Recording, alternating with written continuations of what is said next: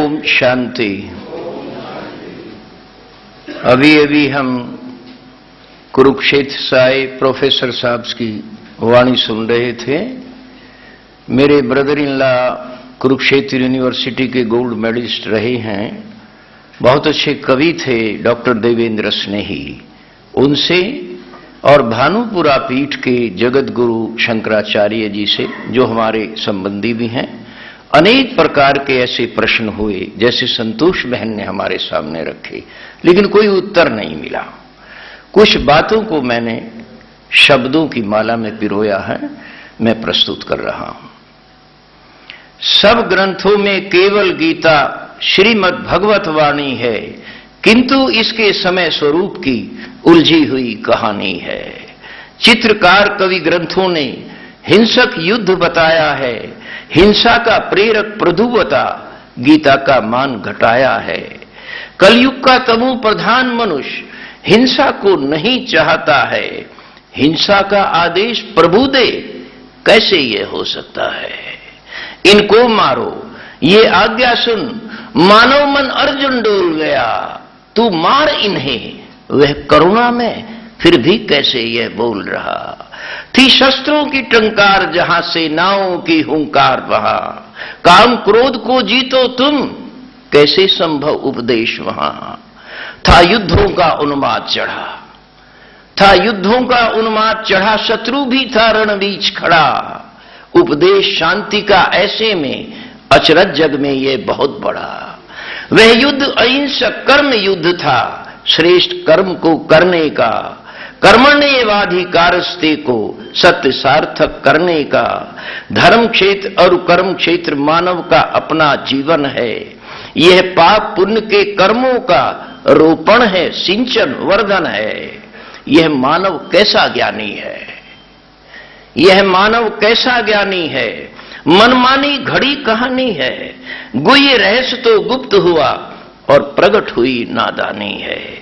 प्रियजन दिल आंखों में बसता, भावपूर्ण जन कहते हैं, देह संबंध मन से मार, यही भाव प्रभु कहते हैं। धर्म ग्लानि घोर नरक तमो प्रधान कलयुग गाया, किंतु लिखा कि द्वापर में गीता का दाता आया। युगे युगे अवतार बता, हर युग को कलयुग बना दिया। देवलोक दैवी जीवन सुखधाम स्वर्ग को भुला दिया। यह उलझी हुई कहानी है, यह उलझी हुई कहानी है, इसको फिर से सुलझानी है। अध्यात्म गुह्य रहस्य जाने, वह मानव सच्चा ज्ञानी है। युग चक्र देखकर सोच जरा, सतयुग में सतो प्रधानता है। त्रेता में जो ढलता सूरज, किंतु नहीं कहीं विषमता है। द्वापर में मानो दिन बीता और रात शुरू हो जाती है। कलयुग आते बढ़ते जाते यह नित बढ़ती ही जाती है। सतयुग त्रेता ब्रह्मा का दिन, द्वापर कलयुग है रात कही। रात दिवस ज्ञान अज्ञान, आधे आधे का भाव यही। सब धर्मों की आत्माएं ब्रह्मलोक से जब भू पर आती, धर्म देश रंग भाषा के मतभेदों में फंस जाती। यही समय है घोर नरक, यही समय है घोर नरक। धर्म की हानि ग्लानि है, मानव पापी अशुभ अधर्म अत्याचारी अभिमानी है। मात पिता कन्या पति पत्नी, शिक्षक एवं गुरु प्यारे, राजा प्रजा कर्मचारी, निज धर्म भूल जाते सारे। नस नस में भ्रष्टाचार बसे, आत्माएं तमो प्रधान बनती। संतुलन प्रकृति खो देती, संख्या का भार न भू देती। यह कलयुग का अंतकाल पहचान प्रभु के आने की, यह कलयुग का अंतकाल पहचान प्रभु के आने की। यही घड़ी आत्मा के मुक्ति जीवन मुक्ति पाने की। प्रभु बोले, अर्जुन युद्ध बाद स्वर्ग के द्वारे खुल जाएं। कलयुग जाए सतयुग आए, प्रभु वचन तभी सत हो पाए। आओ अज्ञान अंधेरे से सतज्ञान प्रकाश की ओर चलें। निज को जाने प्रभु को जाने, मानव को फिर देवत्व मिले। यह कलयुग सतयुग संगम है, यह कलयुग सतयुग संगम है। यह नरक स्वर्ग का संगम है, अब परम पिता का आगम है।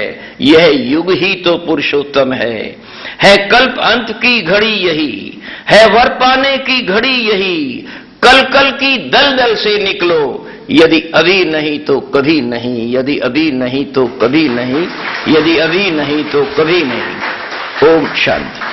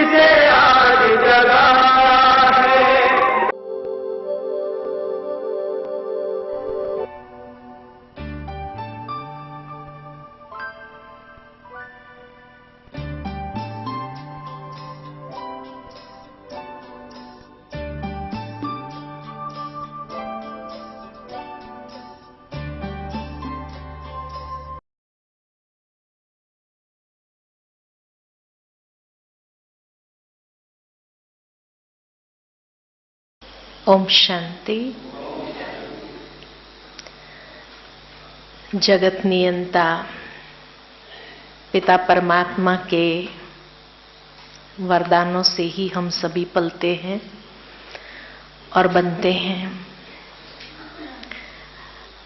मंच पर आसीन हमारे आदरणीय ब्रजमोहन भाई, आदरणीय बसवराज भाई, आदरणीय संतोष दीदी एवं बहन शिवरश्मि, सभा में उपस्थित सभी प्यारे भाइयों बहनों बच्चों, आज का जो विषय है परमात्मा के 3 दिव्य कर्तव्य, हमारे त्रिनाथ भाई ने संस्कृत के श्लोक बोल करके गीता से ही उस बात को थोड़ा संकेत किया।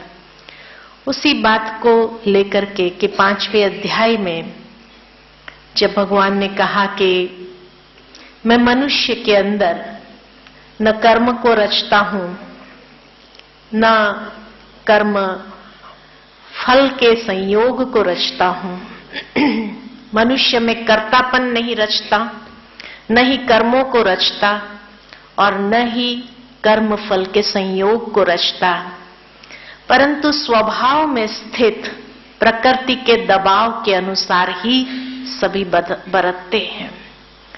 इस श्लोक को उन्होंने बहुत सुंदर तरीके से हमारे सामने रखा और भगवान जब डायरेक्ट कहते हैं ये बात कि मैं क्या करता हूं क्या नहीं करता हूं, कि देहधारी आत्मा अपनी स्वाभाविक स्वतंत्र इच्छा से कर्म करती है, इसलिए उसका उत्तरदायित्व भी उसी के ऊपर है। क्योंकि परमात्मा तो न कर्तापन को रचता है, न कर्मों को रचता है, न कर्म फल के संयोग को रचता है, और वही अपने किए का फल भोगती है। परमात्मा किसी के पुण्य कर्म या पाप कर्म के लिए जिम्मेवार नहीं है। गीता के श्लोक के हिसाब से भगवान हमारे कर्मों के लिए जिम्मेवार नहीं है। जब मनुष्य आत्मा के ज्ञान पर अज्ञानता का पर्दा पड़ जाता है तो वो मोह माया में उलझकर अपने निज स्वरूप को भूलकर और परमात्मा को ही अपने कर्म के लिए उत्तरदायी समझने लगता है, तब भगवान कहते हैं यह सबसे बड़ा अज्ञान है। यही सबसे बड़ा अज्ञान है।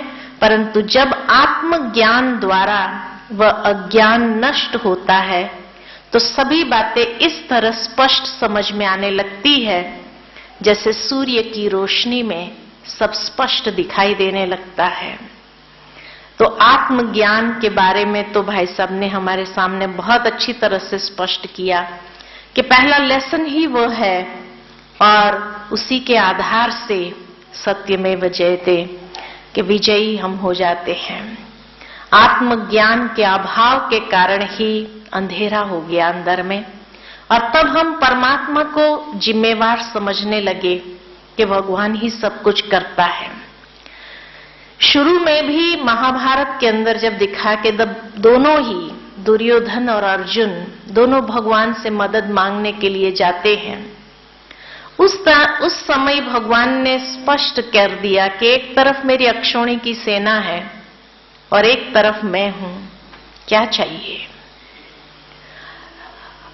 कहा जाता है कि शकुनी ने ये पढ़ा के भेजा था दुर्योधन को कि तुम भगवान को ही मांग लेना, लेकिन उसी समय भगवान ने एक वाक्य कह दिया कि जिस तरफ मैं रहूंगा मैं युद्ध नहीं करूंगा।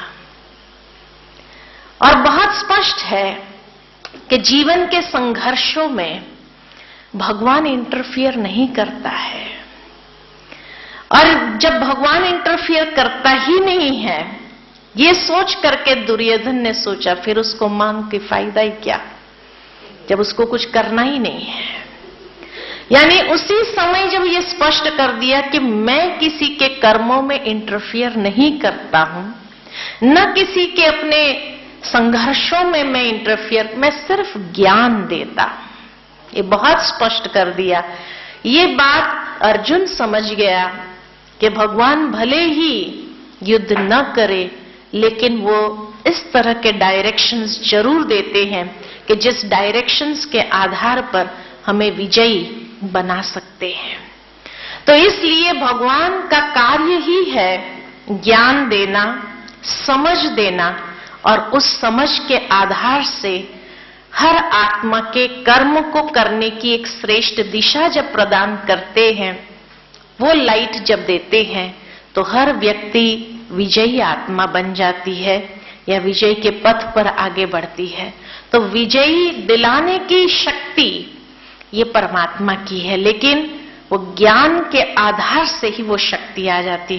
तो परमात्मा का सबसे पहला कर्तव्य है किसी के कर्मों में इंटरफियरेंस नहीं करना, लेकिन ज्ञान देना, ये परमात्मा का पहला कर्तव्य है। सुबह जब हम सत्र सुन रहे थे, संतोष दीदी ने कुछ सवाल पूछे थे कि भगवान को पास्ट में क्यों ले गए, अभी भी है। और इसीलिए जब उस समय वो दशा हुई थी संसार की और तब भगवान आए थे, तो भी फिर से ऐसी दशा हुई है, तो उसको फिर से आना ही चाहिए।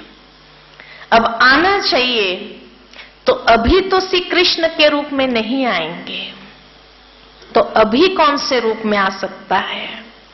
जब फिर से वो धर्म ग्लानि का समय है तो अभी कौन से स्वरूप में आ सकता है, क्योंकि उसको कर्म करने की जो विधि है वो 9वें अध्याय के अंदर, जैसे त्रिनाथ भाई ने श्लोक बोले कि भाई मैं अव्यक्त स्वरूप हूं और इसलिए मेरी कार्य प्रणाली भी अलौकिक है।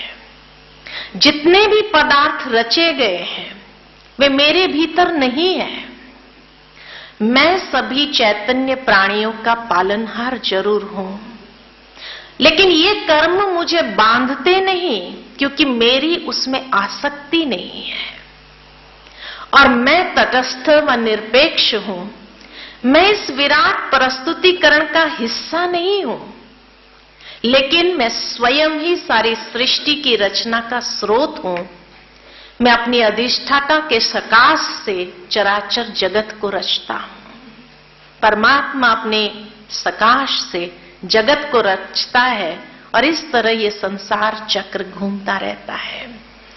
तो 9वें अध्याय में अपनी अलौकिक कार्य प्रणाली को स्पष्ट किया और फिर जैसे हमने अंतिम श्लोक सुने कि परमात्मा पिता है और कैसे ब्रह्मा द्वारा, तो इसीलिए भगवान कहते इस ज्ञान के आधार पर मनुष्य मेरी जैसी दिव्य प्रकृति यानी स्वभाव को प्राप्त कर सकता है। हे अर्जुन, मेरा स्थान महत ब्रह्म अनंत शांति धाम है, उसमें मैं गर्भ धारण करता हूं। और गर्भ कौन सा, जैसे संतोष दीदी ने कहा कि हर कर्म करने का आधार संकल्प है, तो संकल्प बीज है। तो परमात्मा भी वो गर्भ धारण करते हैं, संकल्प अर्थात उसमें सृष्टि के होने का एक संकल्प रूपी बीज स्फुरित करता हूं। और फिर प्रकृति के संयोग से, और वो प्रकृति कौन सी, साधारण नर की, क्योंकि श्री कृष्ण तो नहीं आ सकता है, कायदा ही नहीं है कि इस जगत में कलयुग के अंत में श्री कृष्ण आए। शास्त्र ने भी कहीं पर भी उसका उल्लेख नहीं किया है।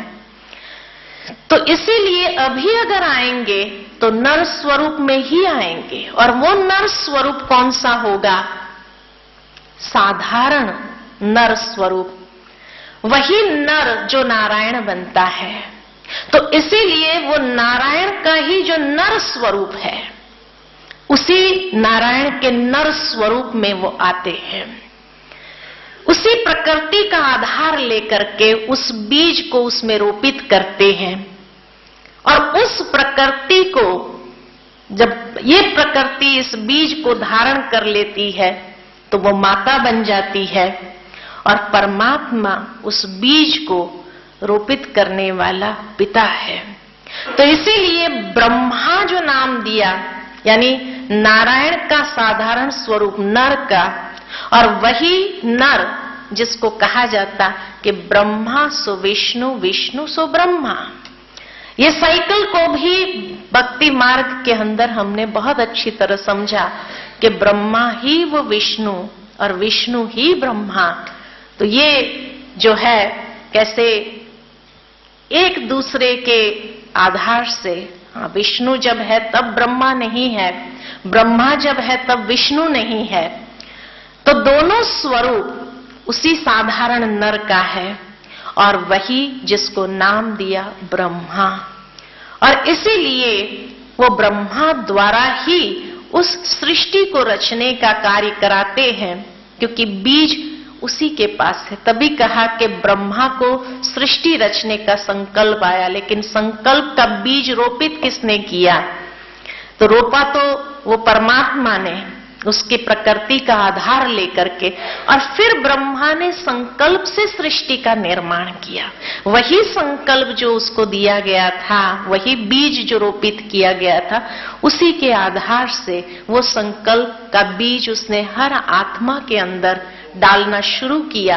और जब हर आत्मा के मन के अंदर उस संकल्प रूपी बीज को डालना शुरू किया, तो हर एक की कर्म की सृष्टि परिवर्तन होने लगी। भावार्थ ये, जैसे संतोष बेन ने कहा कि कर्म का आधार तो संकल्प है।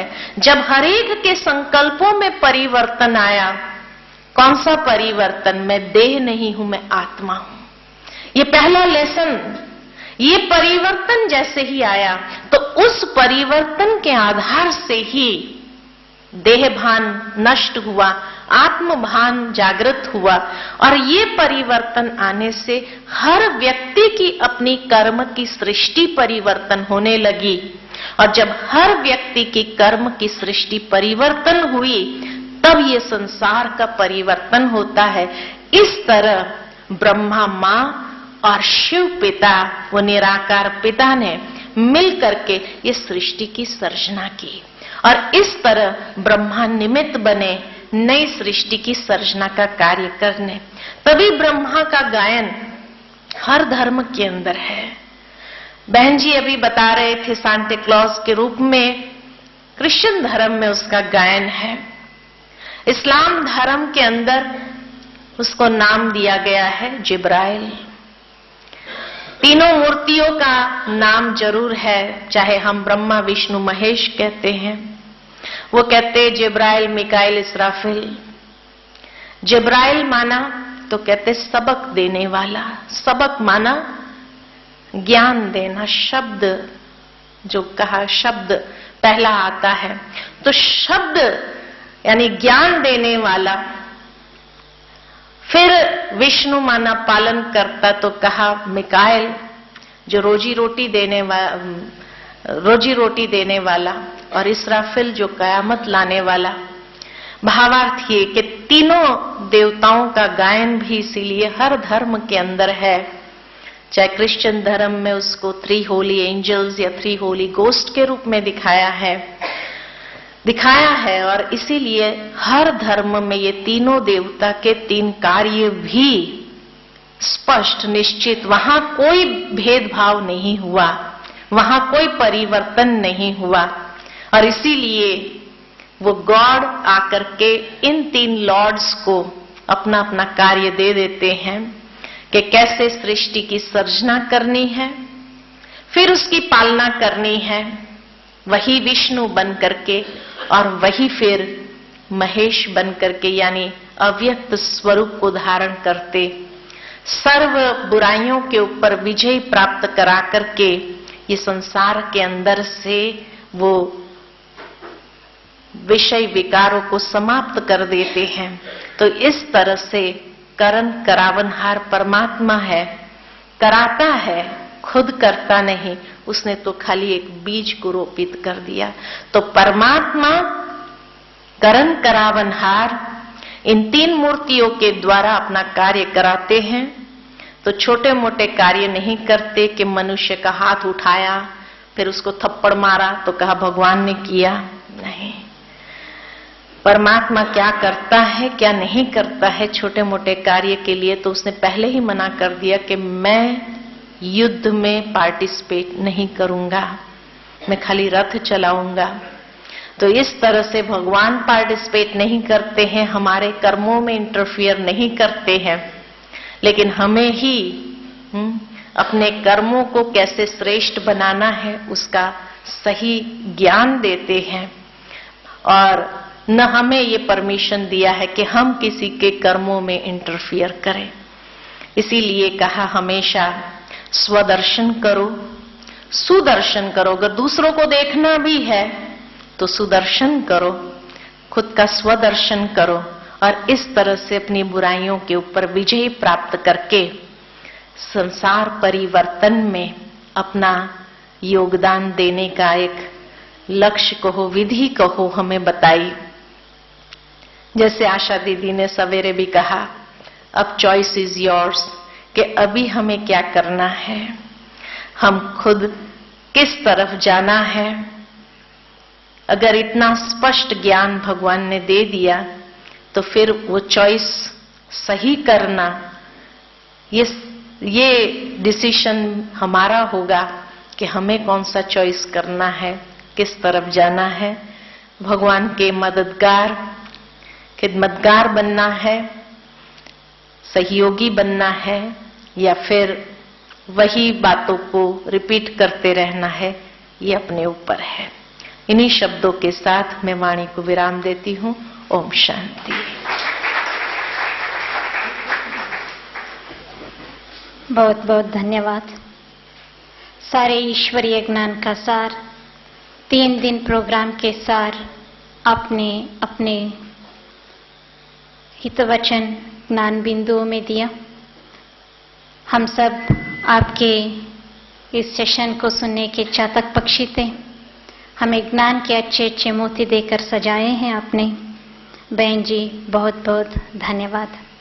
अभी इस 3 दिन के सेमिनार के बाद आगे क्या करना है, सभी आपको क्वेश्चन किया है। चॉइस इज योर्स भी कहा है।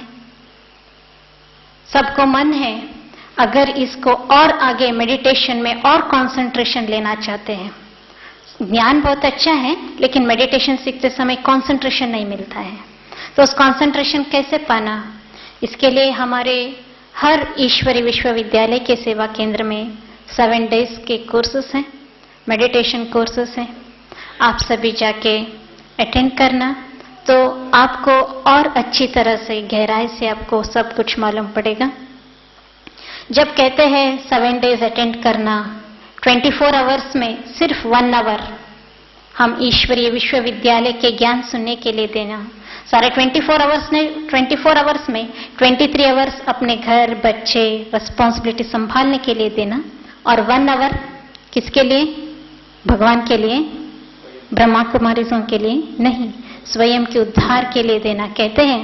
तो सभी कहते हैं बहन जी हाँ हमें भी पता है, बहुत अच्छा है आपका ज्ञान, आज के हर इंसान को चाहिए, लेकिन कहते हैं बहन जी हमें, देखिए आपने ही उत्तर दिया, फुर्सत नहीं। लेकिन फुर्सत जब तक जिंदगी रहेगी फुर्सत नहीं मिलेगी काम से, लेकिन उसमें ही ऐसे समय निकालो जो प्यार करो, याद करो भगवान को अपने दिल से, क्योंकि एक कर्म क्षेत्र है, कर्म तो करना ही है, लेकिन उसमें हमारे सेल्फ एम्पावरमेंट के लिए, मेडिटेशन सीखने के लिए जरूर आप अपने सेवा केंद्र पर विजिट करना। एक व्यक्ति था, उसको एक हॉबी था, तैर करने का हॉबी, स्विमिंग करने का हॉबी, जहां तहां कुओं में, सरोवर में, नदियों में उन्होंने स्विम किया था, लेकिन उन्होंने कभी भी समुद्र और ओशियन रहता वहां स्विम नहीं किया था, तैरा नहीं था। तो उसने एक बार समुद्र के पास गया, इस बार first time in the life he is seeing that ocean and first time he is in the life he is trying to swim there. वो किनारे पर, बैंक पर खड़ा हुआ था और सुबह 6 हुआ था, सुबह से शाम तक वो वहां ही खड़ा है। वो आया है तैरने के लिए, लेकिन तैरने के लिए तैयार नहीं, वही खड़ा है। तो उसको एक ऑब्जर्व किया, वहां कोई शॉपकीपर ऑब्जर्व किया, तो पूछता है सुबह से यहाँ ही खड़े हो क्यों? तो कहता है नहीं मुझे स्विम करना है इसलिए यहाँ आए। तो यहाँ आए हो तो स्विम करो ना। तो कहता है नहीं, एक के बाद एक सागर में लहरें आ रहे हैं, लहरें सब शांत होने दो तब मैं स्विम करूंगा। लहरें शांत नहीं होंगे और वो स्विम भी नहीं कर पाएगा। वैसे ही ठीक हमारे जिंदगी में कहते हैं काम सब होने दो तब हम ब्रह्मा कुमारीज में जाकर मेडिटेशन करेंगे। काम होंगे भी नहीं, हम ईश्वरीय विश्वविद्यालय में आएंगे नहीं, आना ही जरूर है। 1 घंटा अपने उन्नति के लिए आप जरूर ईश्वरीय विश्वविद्यालय के 7 डेज मेडिटेशन कोर्स में सेल्फ ट्रांसफॉर्मेशन, वर्ल्ड ट्रांसफॉर्मेशन के बारे में जानने के लिए, मेडिटेशन से हायर कंसंट्रेशन पाने के लिए आप अवश्य आएंगे। अभी इस प्रोग्राम को हम साइलेंस एंड करना चाहते हैं, लेकिन उसके पहले ही कुछ इंपॉर्टेंट अनाउंसमेंट्स हैं, बहन जी सुनाएगी। God, and the day with God, that is the way to God. इस प्रोग्राम को हम भगवान के याद से प्रारंभ किए थे, अब एंड भी मेडिटेशन से, साइलेंस से करेंगे, क्योंकि मेडिटेशन माना इससे क्या फायदा है? Exhale all the stress, tension and negative thinking. Inhale God's pure love, God's powerful energy. This is the way of meditation. So let us enjoy meditation for 2 minutes in silence.